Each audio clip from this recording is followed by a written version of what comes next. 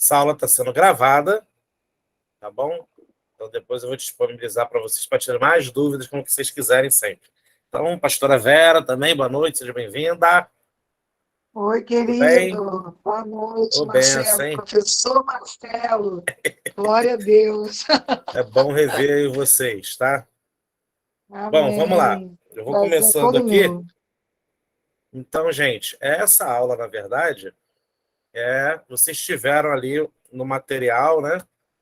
2 aulas, não foi isso? Gravadas. 2 videoaulas. Isso, e a apostila.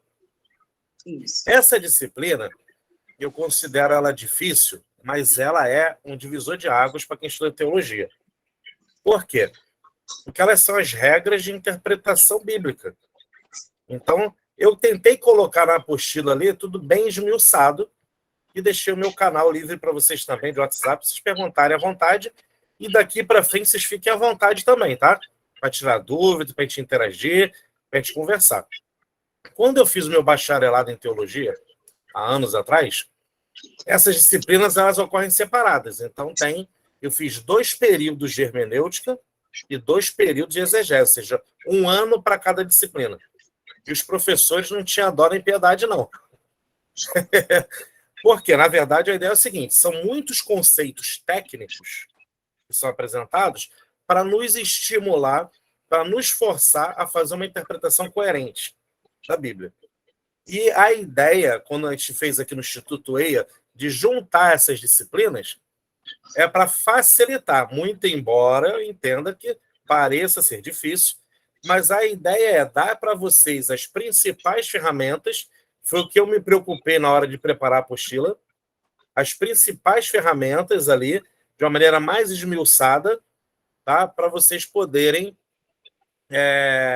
a partir desse momento, vocês poderem fazer os seus estudos, vocês se aprofundarem.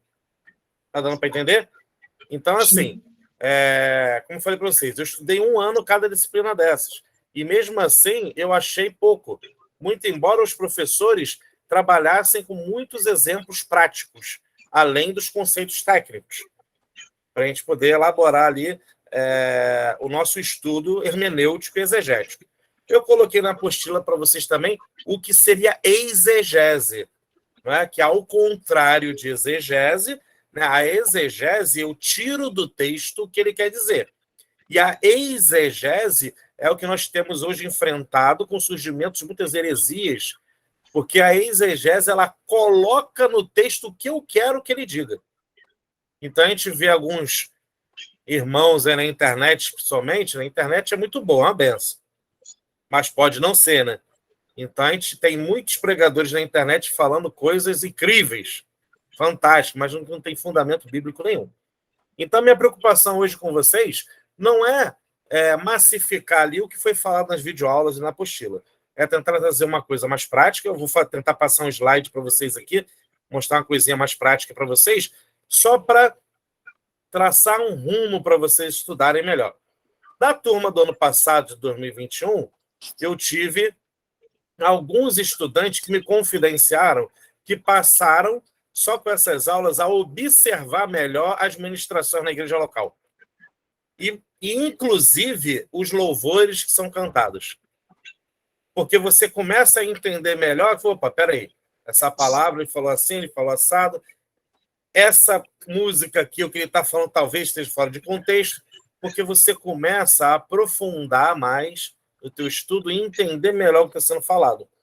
Isso nos ajuda a entender melhor, isso nos ajuda a produzir uma teologia melhor, né, mais próxima daquilo que Deus quer passar, e nos ajuda também a evitar as heresias e erros teológicos.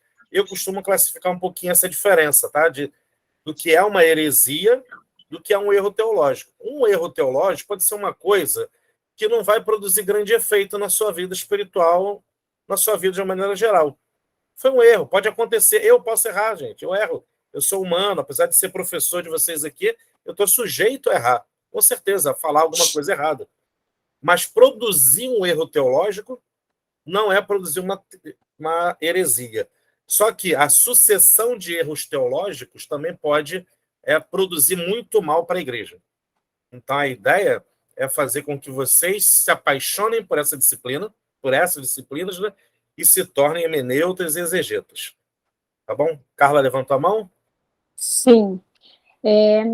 Eu queria entender, não, eu queria aprender a classificar como é que, em que categoria, como é que classificamos, então, exegese, é uma prática de exegese quando uma pessoa que não tem esse conhecimento teológico, mas está ali, vamos lá, no primeiro amor, ou, enfim, está praticante da igreja há muito tempo e não tem esse conhecimento teológico, logicamente já deveria ter, porque tem todas as etapas, né, que ela passa dentro da parte de instrução que a própria igreja fornece ou oferece, e aí ela tem lá uma oportunidade de ministração ou, enfim, de até discipular alguém, e acaba utilizando mais do recurso do entendimento próprio, né? Porque às vezes nessa fase do primeiro amor, quando ainda não há o conhecimento teológico, muita gente acaba aplicando o que a palavra fala no sentido não literal, mas no sentido exegético mesmo, né? Do que ela entende.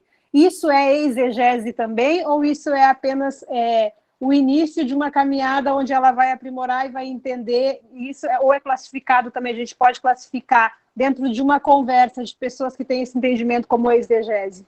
Não, a exegese é quando eu forçadamente quero aplicar sobre um texto que ele não quer dizer.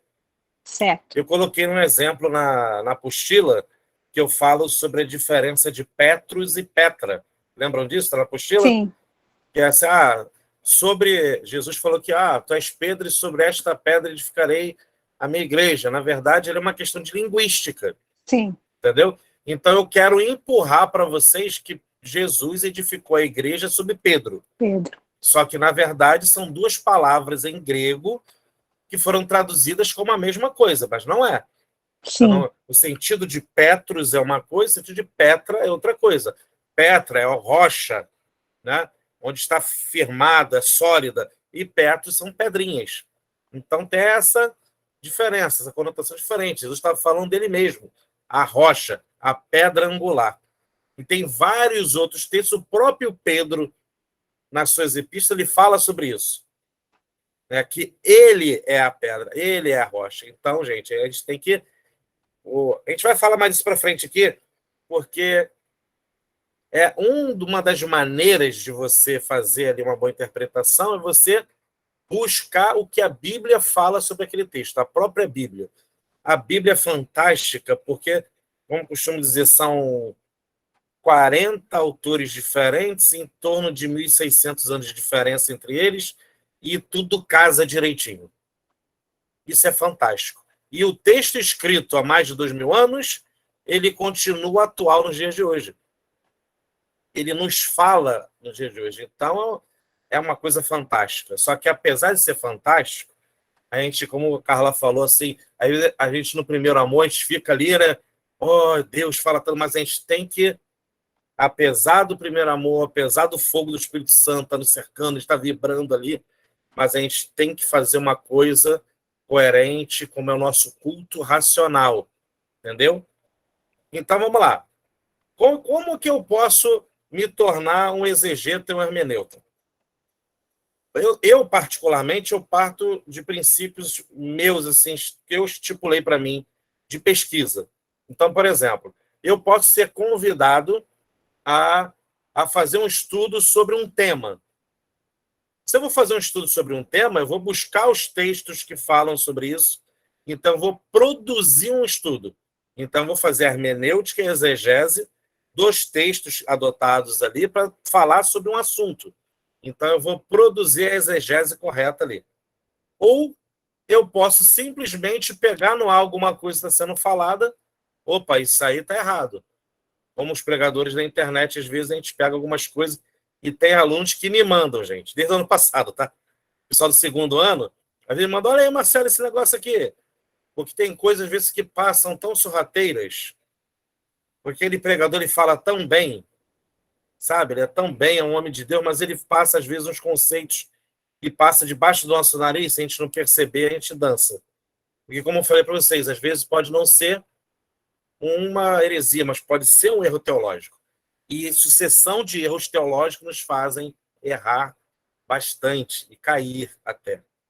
Então, eu parto desse princípio assim, ou eu vou traçar um estudo sobre um assunto, ou eu vou responder a algo que foi colocado de maneira errônea. Então, eu sempre penso assim, quando eu vou produzir um material hermenêutico e exegético, tá bom? Na apostila e na videoaula eu falo para vocês algumas coisas, para vocês elucidarem, né? Para vocês poderem comentar.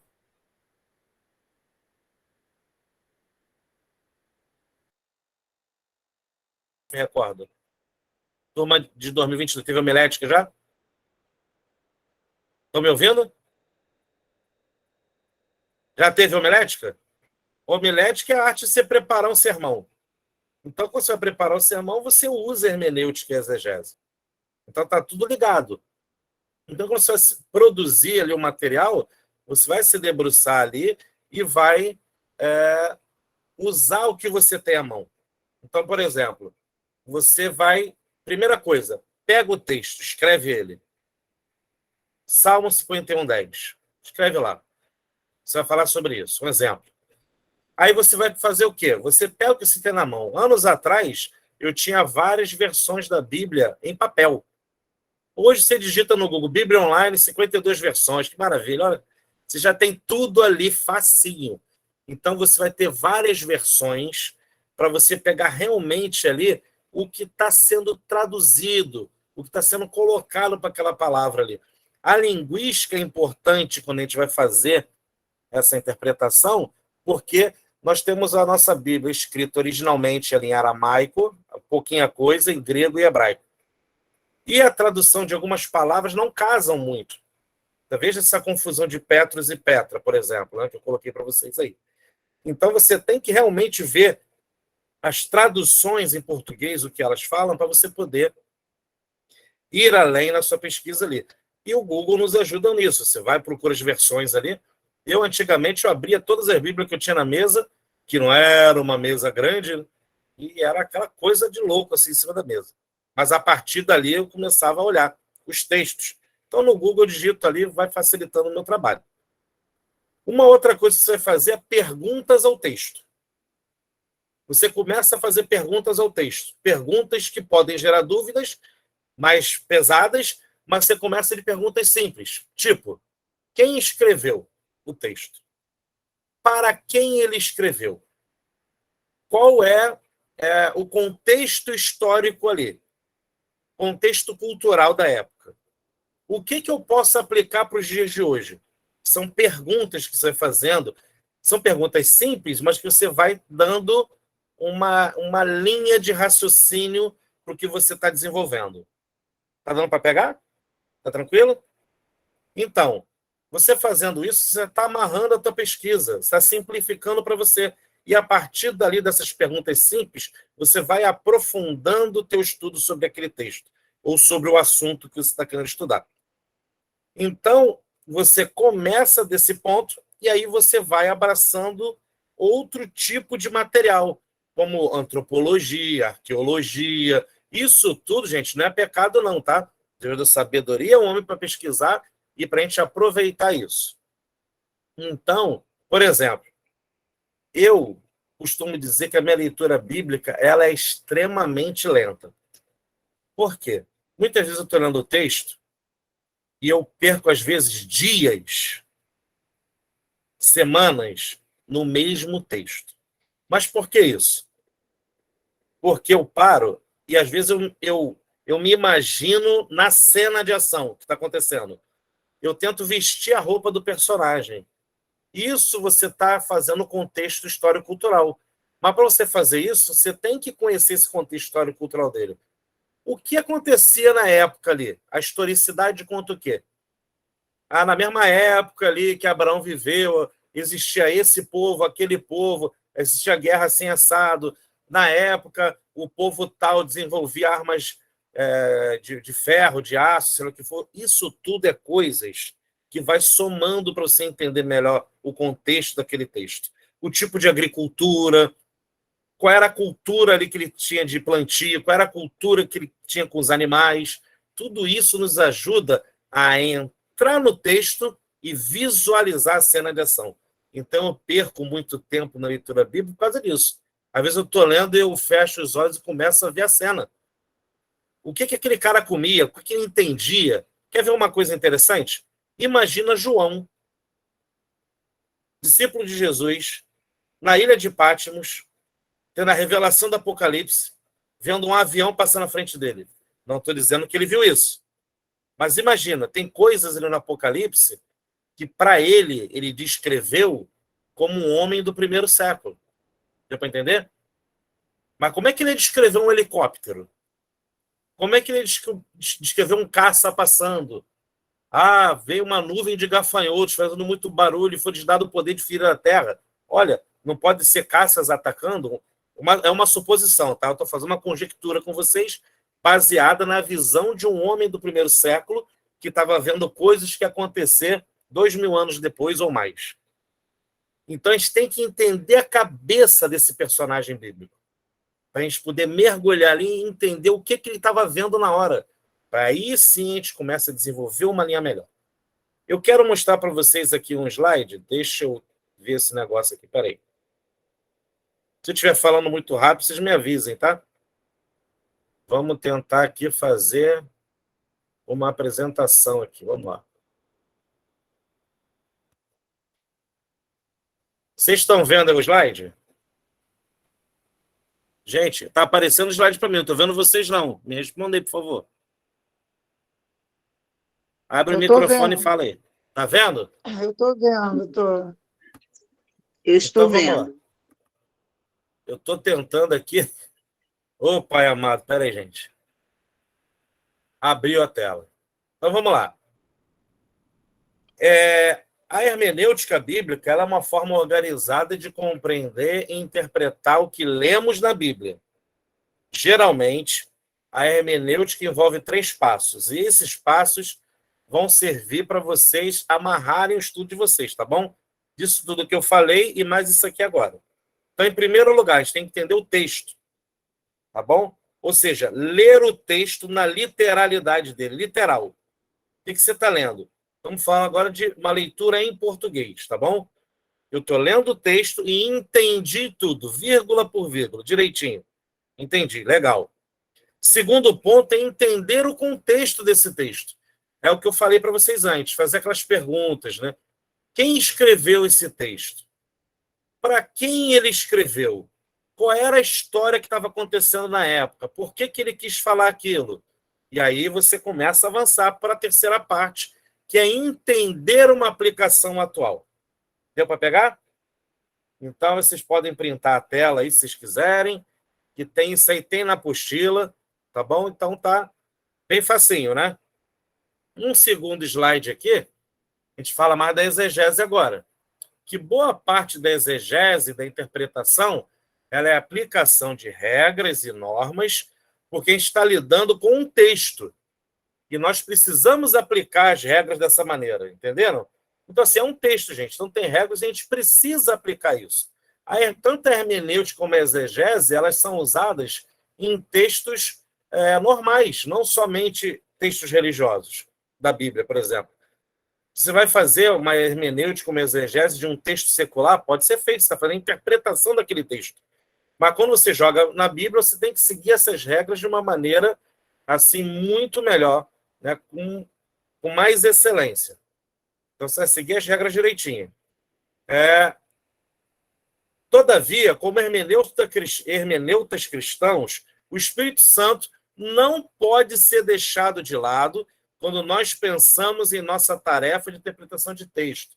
Então, gente, tem regra, a gente tem que seguir as regras, mas nós não vamos extinguir o Espírito Santo dessa pesquisa. Não vamos tirar ele.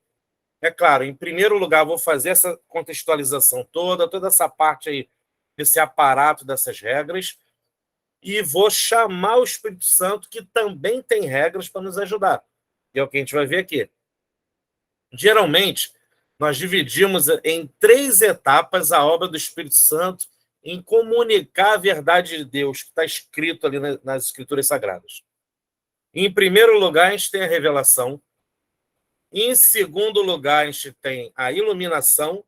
E em terceiro lugar, a capacitação. Onde a revelação foi dada aos autores bíblicos. Vejam bem, queridos.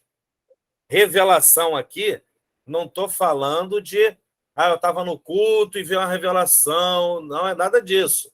Isso acontece, mas nesse caso aqui, da obra do Espírito Santo, na hermenêutica e na exegese, em primeiro lugar, a revelação de Deus foi dada aos autores. Em segundo lugar, a iluminação do Espírito Santo, que abre os nossos olhos, abre o nosso entendimento aos leitores. Entendeu? O Espírito Santo revela ao autor, ilumina o leitor e capacita, em terceiro lugar, o pregador.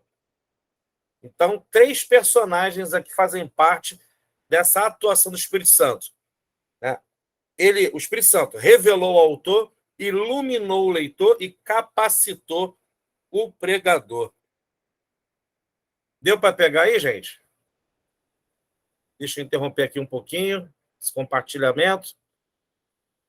Estão me vendo agora? Minha cara bolachuda de novo? Deu para pegar essa parte aí? Então, vamos lá. As regras hermenêuticas eu tenho que seguir. Mas a ação do Espírito Santo não pode ser deixada de lado só porque tem que seguir regras. Mas eu preciso entender como que ele atua nesse negócio. Ele revelou ao autor, ele iluminou a mim, que sou leitor, e vai me capacitar quando eu produzir um material em cima desse texto, como pregador, ou como um professor de escola dominical, ou como um discipulador, o que seja. Ele vai me capacitar, porque ele primeiro revelou a quem escreveu, depois ele iluminou a mente, os olhos de quem leu, e, por fim, ele vai capacitar para quem vai produzir material em cima disso. Ou seja, a sua pregação, seu estudo bíblico, a sua devocional. Está dando para pegar, gente? Eu estou fazendo ficar mais difícil agora do que a videoaula. Mas eu queria fazer uma coisa prática aqui com vocês. Eu queria dar um exemplo prático. Como eu falei para vocês, assim, eu particularmente eu vou muito aos textos, né? A raiz da palavra está sendo dita. Eu vou muito ali na historicidade, né? Então, o que estava acontecendo na época, né? Quem estava invadindo aonde? Então, tudo isso entra nesse monte de informação para a gente ter uma clareza melhor. E aí, queridos, eu vou falar de experiência própria. Quando a gente tem essa clareza, a gente junta todo esse material de estudo para olhar aquele texto, o Espírito Santo, me perdoem até a palavra aqui, não vou falar como um professor agora, né? Mas o Espírito Santo vai brincar de iluminar a nossa mente.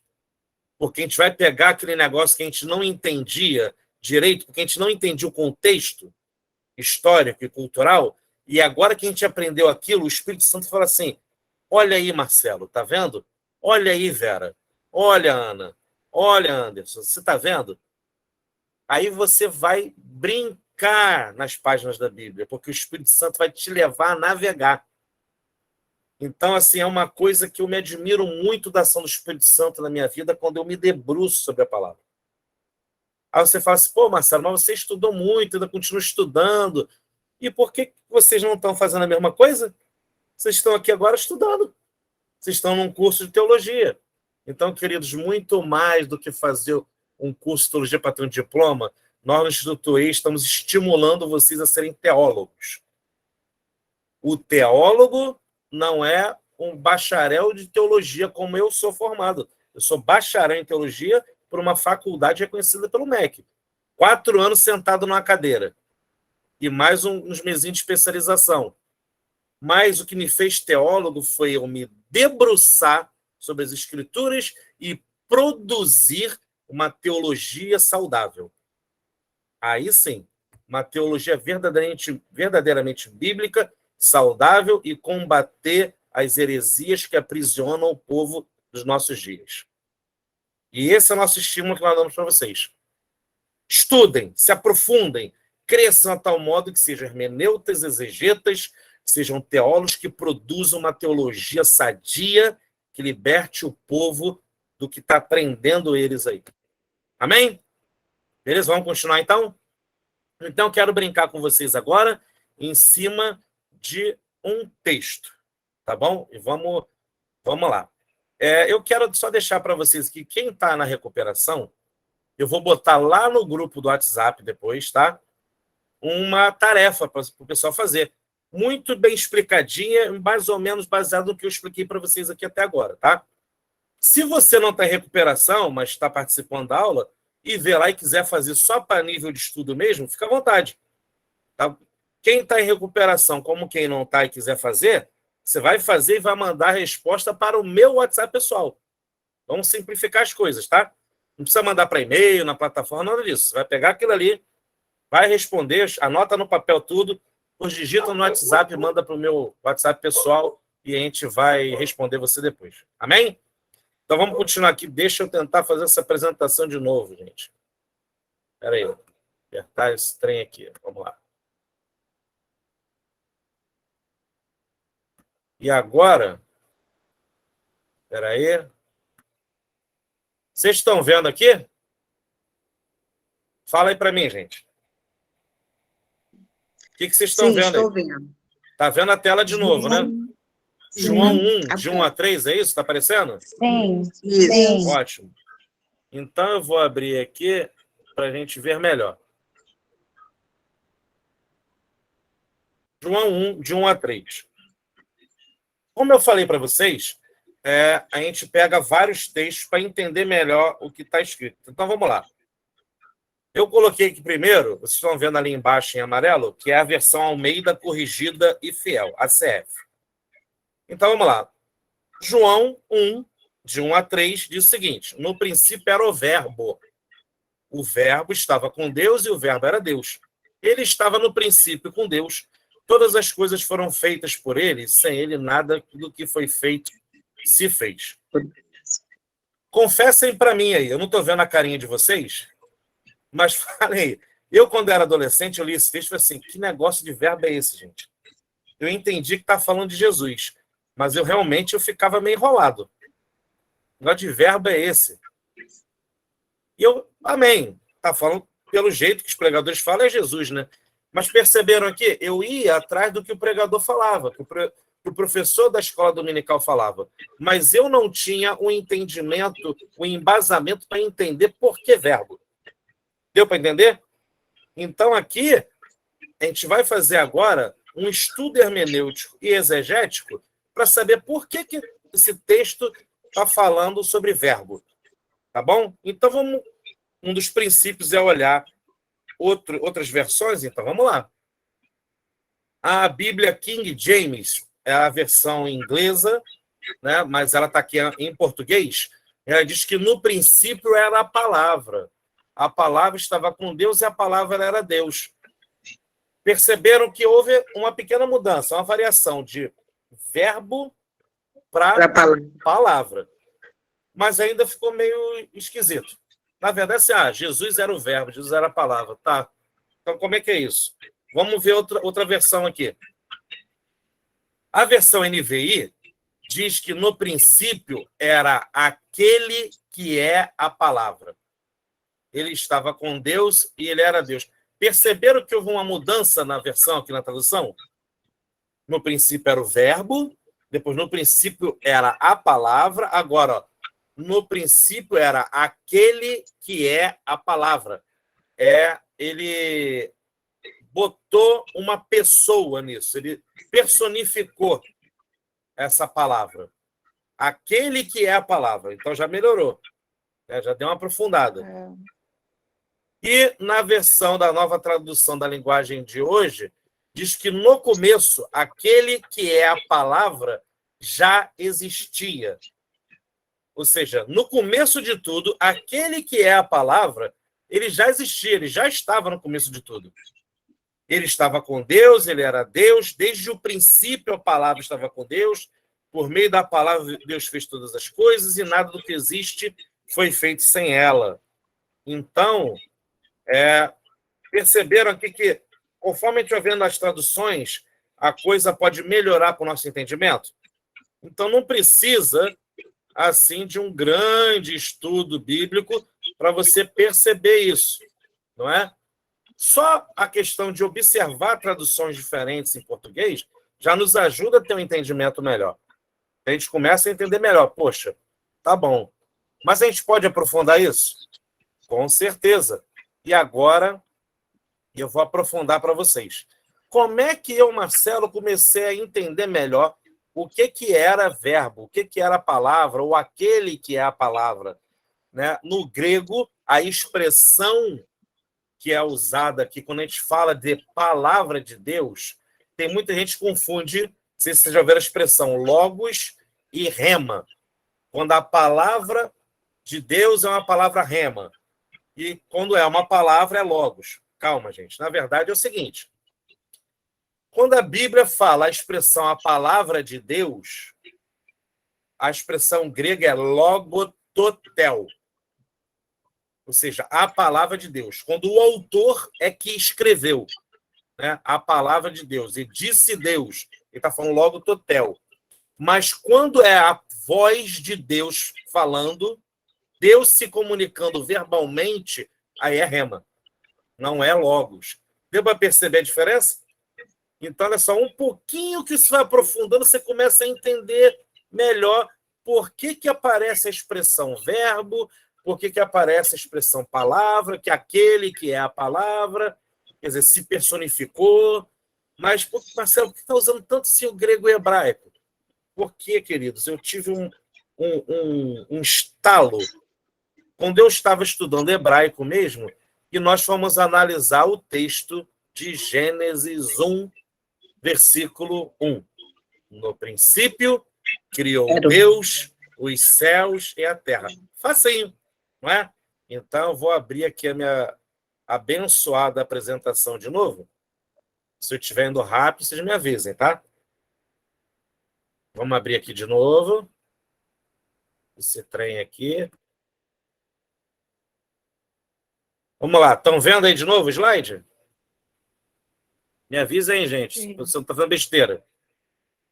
Sim. Isso. Então, vamos lá. Agora, vamos fazer uma análise aqui. Olha só. Tá dando para entender isso aí? Não, né? Isso aí é o Gênesis 1:1 em hebraico. Ele é lido ao contrário, de trás para frente.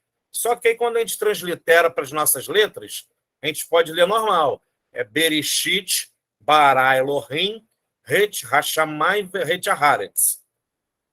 Detalhezinho que eu vou ressaltar para vocês aqui. Ó. Você lendo de trás para frente, o que está em branco, as letras em hebraico, você tem Bereshit primeiro, que a tradução melhor que se tem não é no princípio, tá bom? É em um princípio, dando um contexto filosófico mais profundo e colocando no plano da eternidade, que a nossa mente não alcança. Ou seja, a palavra hebraica Bereshit lhe dá essa profundidade muito maior do que simplesmente escrever que no princípio.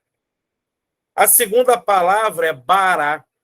Essa palavra, ela é criar, ela é o verbo criar, mas tem uma coisinha que eu vou falar para vocês depois. E Elohim, que vem em seguida, é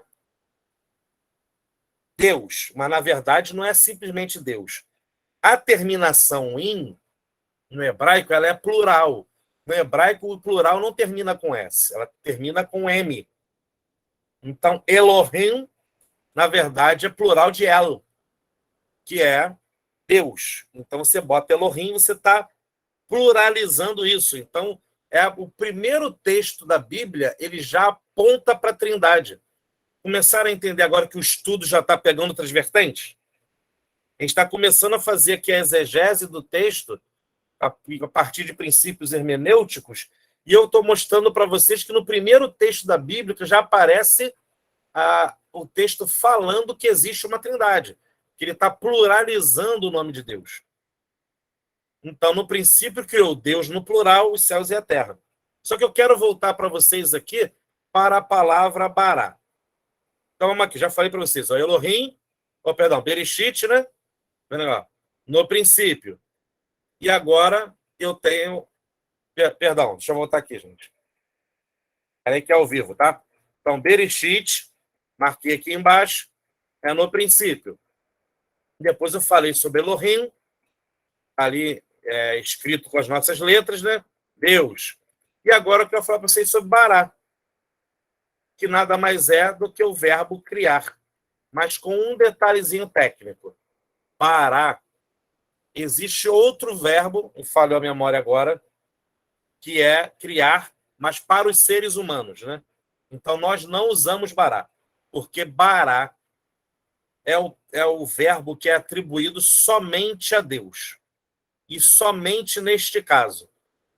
Você não vai, tirando um caso, você não vai ver mais em outra parte da Bíblia o verbo Bará sendo conjugado, porque Deus, só Deus conjuga Bará. Então, porque Bará é criar do nada, é criar sem matéria pré-existente. Então, no princípio, o Deus se manifestando pluralmente com a Trindade, a gente viu em João 1:1, né? Que no princípio era o verbo, era a palavra, é aquele que é a palavra. E estava com Deus e era Deus, e sem ele nada do que foi feito se fez. Ou seja, essa Trindade Santa já estava atuando ali na criação. Você tinha um Pai, você tinha um Filho, você tinha o Espírito Santo ali, que o texto seguinte fala que o Espírito do Senhor pairava sobre a face das águas. Então a Trindade estava ali na criação. E esse texto é interessante porque acabei dando um spoiler ali sem querer. Deixa eu até sair aqui nesse negócio. Eu acho fantástico. Opa, estão me vendo de novo, né? Eu acho fantástico isso, porque, a gente está falando que Jesus era o verbo. Mas que verbo é esse? Só que sem ele nada que foi feito se fez. Aí eu vou para Gênesis e eu entendo que a Trindade se manifestava na criação e que existe um verbo que só Deus conjuga, que é o verbo bará, é o verbo fazer do nada, sem matéria pré-existente. Então, toda a Bíblia, quando você vê o verbo fazer, não é bará, é outra palavra. Mas existe um único caso em que aparece bará de novo. E que foi um cara muito abusado que fez isso. E eu acho fantástico isso. Estou indo rápido, gente? Tá dando para pegar? Tá bom? Dá um sinalzinho para mim aí. Ótimo. Tá bom. Então, olha só. Beleza. Viu que a gente aprofundou bem agora? Marcelo, Fala. Carla tá com cara de quer falar.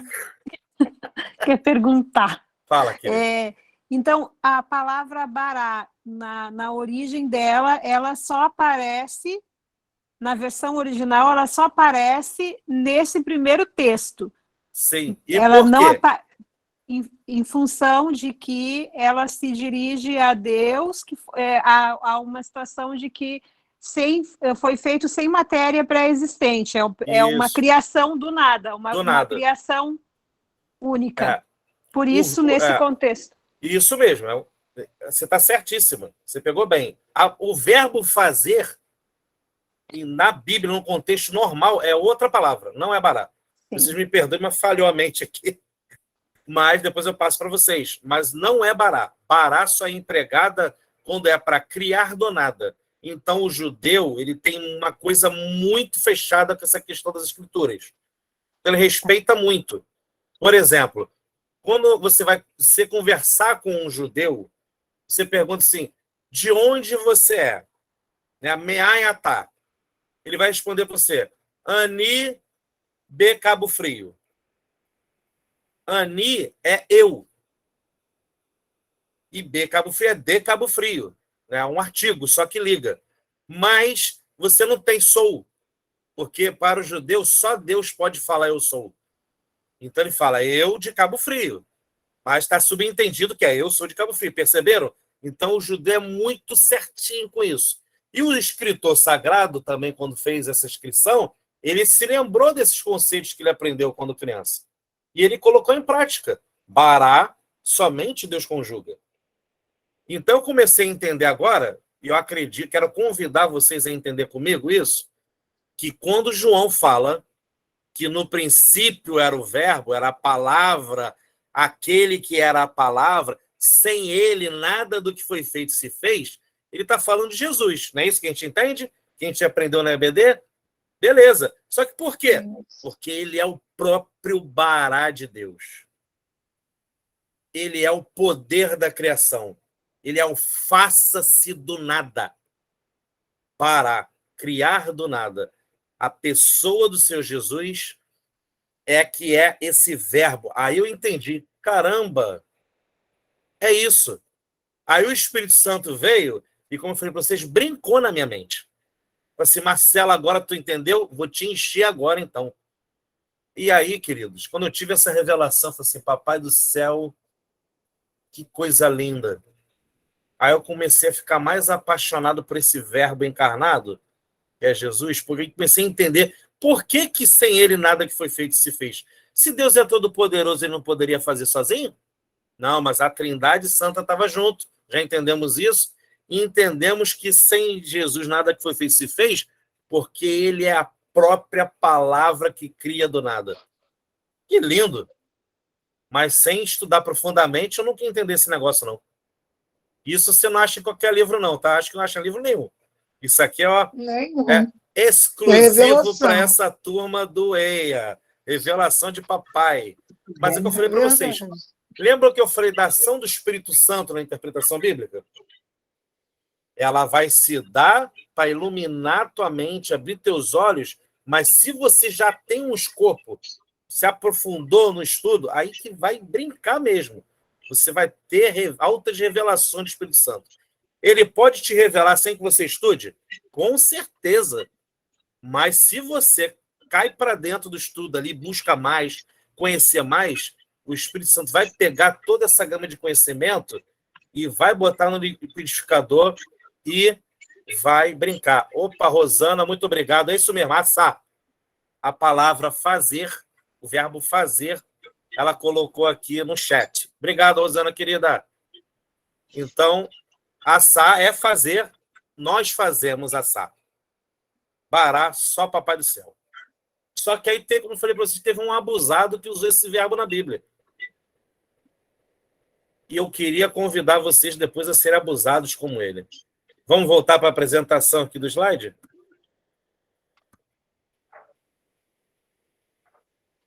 Vamos lá.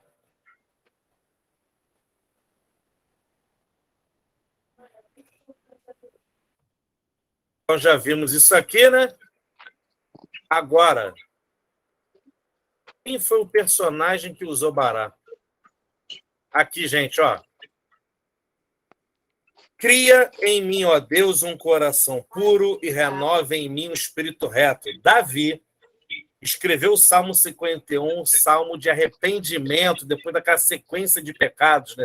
O adultério com Batseba, o assassinato de Urias, aquilo tudo. Ele se quebrantou diante de Deus, escreveu o belíssimo Salmo 51, e no versículo 10, ele fala, cria em mim, ó Deus, um coração puro e renova em mim um espírito reto. Você fala assim, Marcelo, por que ele é abusado? Olhem comigo aqui, queridos. Ó. Tá vendo o quadradinho amarelo? Sim. É a mesma expressão do Gênesis 1 que aparece. Bará Elohim. Se eu voltar aos slides, Bereshit, certo? Elohim e Bará. Agora, olha aqui. Bará Elohim.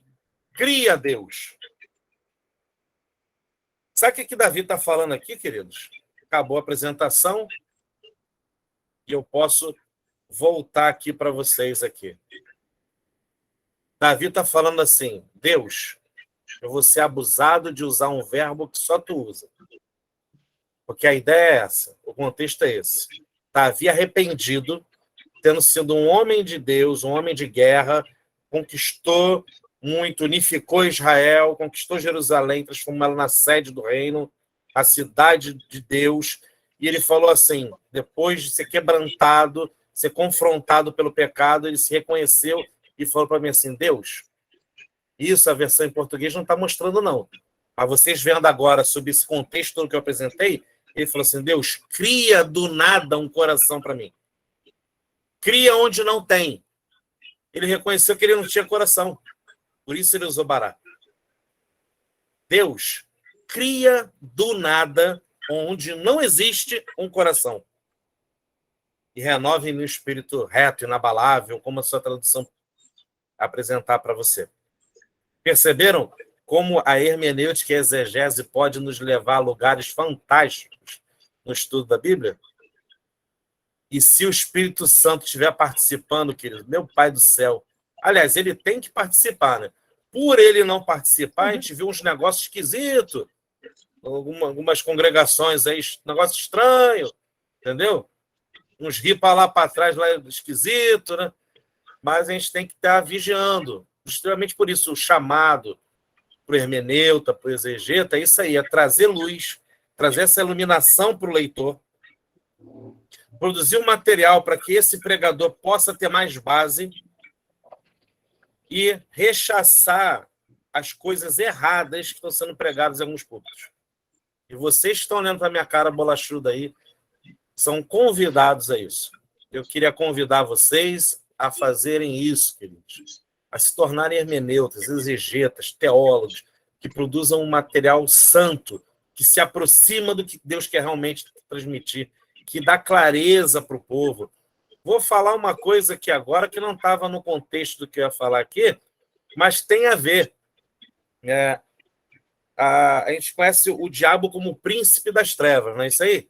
Na verdade, a palavra colocada para trevas, ela tem a ver com ignorância, escuridão de conhecimento. Por isso que é treva, ele é o príncipe das trevas. Porque o diabo governa sobre a ignorância humana, a falta do conhecimento. E Jesus, ele veio para ser o Senhor das luzes. Pô. Ele governa sobre o conhecimento. E conhecereis a verdade, e a verdade vos libertará. O império das trevas é o império da mentira, é o império do engano, é o império da escuridão que ofusca a tua mente. É por isso que a palavra também fala sobre metanoia. Transformai-vos pela renovação da vossa mente, que é o vosso culto racional. Culto racional. Ou seja, você está enxergando o que está na Bíblia. Você está enxergando o contexto. E quando você enxerga, o Espírito Santo fala assim: Ana, Vera, Joselma, Carla, Rosana, Elano, Anderson, olha isso aqui que eu estou mostrando para vocês. E aí você pensa assim: papai do céu, o que é isso? Mas justamente por causa disso, queridos. Então, eu vou estar terminando isso aqui que eu preparei para vocês. Tá bom? A ideia era só fazer uma coisa mais descontraída, mais lúdica. Eu preparei slide, coisa que eu nunca fiz na minha vida para apresentar em aula online. Graças ao professor Alain, entendeu? Que começou a fazer isso. Falou: tem que fazer esse trem aí também para ficar legal. Achei que ajudou. E aí, pergunta, gente? Vamos lá, manifestem-se. Fala aí. Pastora Vera tá doida para falar, que eu já vi ali, ó. E aí, Ana, você não acha que ela quer falar? Vai falar. Não, uma aula muito interessante. Olá, querida. Muito interessante. Opa, pastor Anderson também? Deixa a pastora Vera falar primeiro, pastor. Tá bom? Vera Lúcia Roque dos Santos, fala com a gente. Não, estou achando a aula muito interessante, apesar de, no caso, para mim, tá? Preciso de mais, né? Mas assim, já dá realmente para dar uma clareada, né, na mente, nos pensamentos, e a gente poder aprofundar mais nesse estudo. E como você falou, aparentemente parece uma coisa chata, mas que dá para a gente perceber que é bem importante mesmo, né? Eu acho que a pior coisa que tem é a gente falar uma coisa assim sem ter o conhecimento e falar coisas que não deve, falar heresias, né? Falar coisa errada. Eu sou bem Caxias também em relação a isso. Eu percebo que tendo esse tipo de aula assim, eu falo: pai, eu preciso de muita coisa, de muito aprendizado ainda, de muita revelação do Espírito Santo, e sei que isso realmente vem também com a nossa aplicação e dedicação nos estudos, né? Tem sido difícil, sim, é um grande desafio para mim poder estar nessas aulas, poder fazer um curso de teologia, né? A gente sabe que precisa muito mais. Eu acredito que, assim, online, né? É o mínimo que a gente pode estar estudando, mas que é um estudo muito rico, né? E assim, o que eu puder fazer para poder estar absorvendo, né? Mesmo nesse pouco período de tempo que a gente tem, muitas das vezes, mas é muito bom. E eu já tive experiências aqui em casa, né? De estar fazendo e ver que a coisa está difícil e tudo, mas o Espírito Santo de Deus realmente ele é conosco, né? Quando a gente se aplica, quando a gente mostra para ele esse desejo no coração e essa vontade de aprender, mesmo que a gente não saiba muito bem, mas ele nos ajuda sim. E eu quero louvar a Deus, sabe, Marcelo, pela vida de cada um de vocês, hoje em especial aqui com você, né? Por todo esse empenho e paciência com a gente, né? De explicar, de ensinar, de falar repetidas vezes, para que a gente possa ter aí uma qualidade nos estudos. Muito obrigada. Amém, querido. A gente está aqui para servir vocês, tá? Isso que eu falo, meu número do WhatsApp pessoal, ele está aí para servir vocês. Se eu demorar a responder um pouquinho, tenha paciência comigo, tá? Mas eu vou responder, tá bom, querido? Anderson Castro, quer falar, querido? Olá, queridos. Rapaz, é que eu tô. Sim. É que eu tô Rapaz, ele está no dirigindo aqui. trânsito e participando da aula. É um homem de Deus mesmo, vamos de fé. Tem que participar. Então, assim, estou muito feliz, né, pela oportunidade aí que a gente está tendo, né, no Ministério, e agradecer mesmo, né, pelo empenho aí do seu, né, do professor Marcelo, né, e assim, eu não apareci porque eu estava levando minha filha aqui para atendimento, e aí estava meio movimentado, mas agradecer a Deus mesmo, né, aproveitei bastante, aí ouvi bastante, né, as dicas, né, as chaves aí, né, os estudos, né, de hermenêutica. E eu estava falando até conversando com os irmãos, né, lá aqui da SEC de Irajá, que são matérias bem preciosas, né, bem, assim, na verdade, essenciais, né, para a gente, né, e a gente tem que ter mais tempo para ruminar isso, né, para aprofundar nisso. Mas é isso. E aí, pelo empenho, né, pelo aprendizado. E Deus abençoe vocês, tá? Queridas amadas aí, que estão da aula, se banda. Pastor Anderson, Deus abençoe, o senhor é uma benção. Amém. Tá, Carla levantou a mão, quer falar, Carla? Obrigado aí, pastor Anderson. De novo, para finalizar. Um abraço, Deus abençoe vocês. Fala, Carla. Eu quero primeiro agradeço a Deus por essa oportunidade também, que é muito preciosa e não tem como mensurar ela, o que ela significa dentro do dia a dia da gente, assim, e como acrescenta na fé, para quem gosta muito de estudar, principalmente. E lhe falar que eu estou muito maravilhada, muito grata pela forma que chega essa informação através da sua vida para as nossas vidas. E o quanto é precioso todo esse conhecimento que Deus lhe capacita para ter e poder transmitir, porque ter um conhecimento é uma coisa, mas ter uma comunicação capaz de transformar isso em informação muito lúdica, muito natural para quem quer observar e ouvir, é um dom muito lindo. E eu lhe agradeço. Eu fiz sociologia, mesmo tendo nascido num lar cristão, por opção eu fiz sociologia.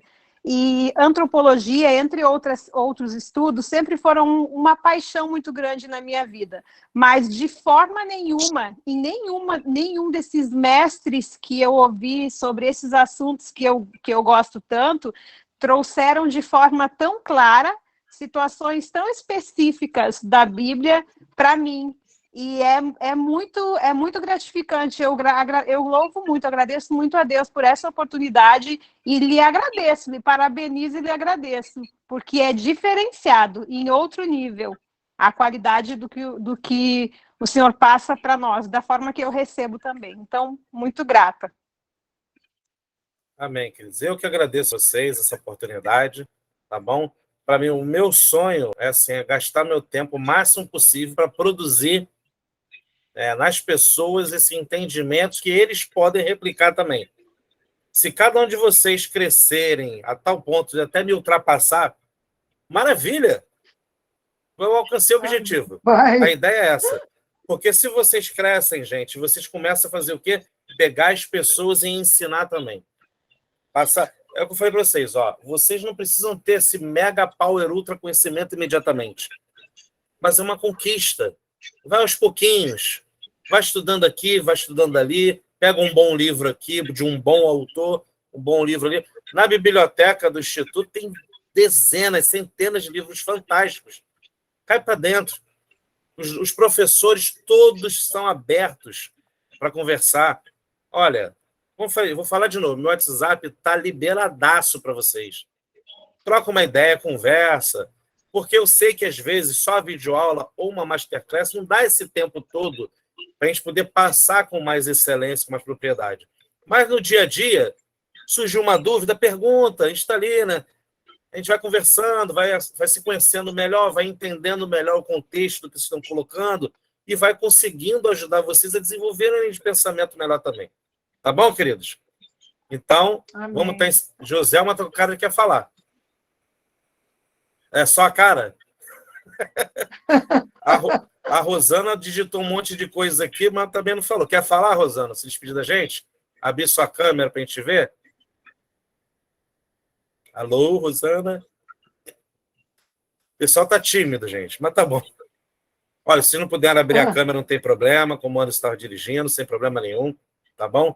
Mais uma vez, vou enfatizar aqui do prazer que eu tenho de estar com vocês, tá bom? Para mim, olha, tá sem câmera. Amém, querida? Fica à vontade, tá? Fique em paz. Obrigado pela tua participação de hoje. Obrigada, viu, professor Marcelo, porque o senhor trouxe, além de tudo, conhecimento, né? E através da pessoa do Espírito Santo nessa aula, o temor e tremor, porque muitas das vezes nós brincamos, né? Porque nós viemos, assim, de muito achismos, por isso que eu estou aqui no EIA, procurando entender um pouco mais e me aprofundar na palavra, para que a gente venha ter entendimento. Que, inclusive, já há muito tempo, não agora, eu muito brincava e dizia assim, sobre esse versículo justamente que foi usado, que no princípio era o verbo, e que depois passou a ser a verba. E é verdade. E nós, para brincar, nós temos que saber com o que é que nós estamos brincando, né? E nós estamos brincando com o grande eu sou, né? Como eu aprendi agora, concluindo todo o raciocínio, tá bom? Muito louvável essa aula, muito obrigada, para mim, de um grande valor, tá? Tá bom. Vamos ver se quando eu estiver no Rio a gente se vê. E se quando você estiver no Rio também, né, Ana? Hoje eu estou no Rio, estou em Santa Teresa, mas estou no Rio. Bom. Tá? Então, vamos ver se a gente se vê. Eu quero fazer aqui um anúncio rápido. No dia 3 de setembro, acho que é isso, vai ter a Expo Missionária lá na igreja de Pedra Lisa. Então, você acompanha nossas redes sociais aí, no Instagram. O pessoal deve estar postando também nos grupos aí de WhatsApp do Instituto. Quem puder ir vai ser legal. São os alunos de missiologia que promovem. E quem tiver com saudade dessa cara bolachuda, vai me ver ao vivo lá. A gente vai trocar uma ideia, tirar dúvidas, que eu vou estar lá com vocês também. Tá bom, queridos? E vai ter o Take Action Global Conference, que é a conferência jovem do EIA, que vai ser aqui na região dos Lagos. A garotada já está preparando tudo, vai ser bênção de Deus. A pastora Vera já está doida para capinar para cá, para a região dos Lagos, que eu sei. Tá bom? Então, gente, olha só. Vamos estar concluindo, tá bom? Vou pedir à pastora Vera para estar orando, para terminar aqui. Mas lembrando, assim que acabar, eu vou botar no grupo do WhatsApp de Teologia, turma de 2022, a atividade para o pessoal que está na recuperação. Vou dar uma semana a contar de hoje para vocês fazerem, tá bom? Vocês vão desenvolver e vão responder para o meu WhatsApp pessoal. Tá bom? E dali mesmo eu respondo vocês. Quem não está em recuperação, mas quer participar, só para desenvolver melhor o estudo, fica à vontade, tá bom? Então, assim que terminar, eu lanço lá no grupo para vocês. Amém? Vera, abençoa a gente aí. Amém, que honra. Pai, nós queremos te louvar, Senhor, por essa noite, te agradecer, ó Deus, por essa aula, por esse aprendizado, Senhor, por todo esse ensino, todo esse material, esse conteúdo que o Senhor, pela tua infinita graça e misericórdia, disponibiliza a cada um de nós, Pai. Amém. Obrigada pelo teu Santo Espírito, que traz a nós o entendimento, sabe, esse conhecimento, a revelação da palavra, daquilo que o Senhor quer nos ensinar, né, e usar em nós e através de nós também. Quero, Senhor, assim, te agradecer pela vida de cada aluno e principalmente, Pai, a vida do professor Marcelo, que com tanta dedicação e amor, Senhor, nos passou ainda mais conhecimento, Senhor, nessa noite através dessa aula, Senhor. Muito obrigada. Que o Senhor possa nos despedir agora debaixo da tua paz, da tua proteção, e que o Senhor continue falando conosco, Senhor, durante toda a noite, a oração que nós te fazemos e te agradecemos, em nome de Jesus. Amém. Amém. Amém, querido João, em paz, tá noite abençoada, uma semana de Amém. bênçãos, em Deus nome de abençoe a Jesus. Amém, Tá bom? é paz. Amém, Amém. querido. Quando estiverem na região dos lagos, nos Amém. avisem. Quando eu for para Tá ir bom. para a cidade de vocês, eu aviso também. Opa!